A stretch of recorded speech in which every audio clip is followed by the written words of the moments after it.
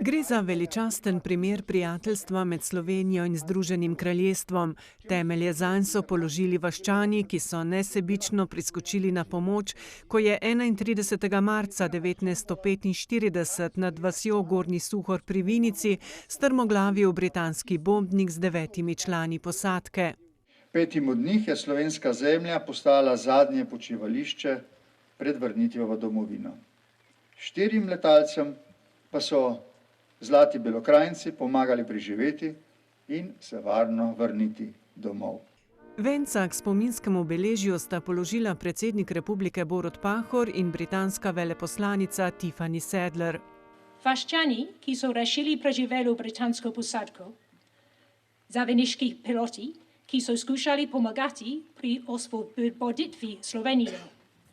To so samo nekateri od resničnih herojev prijateljstva, ki ga praznujemo danes.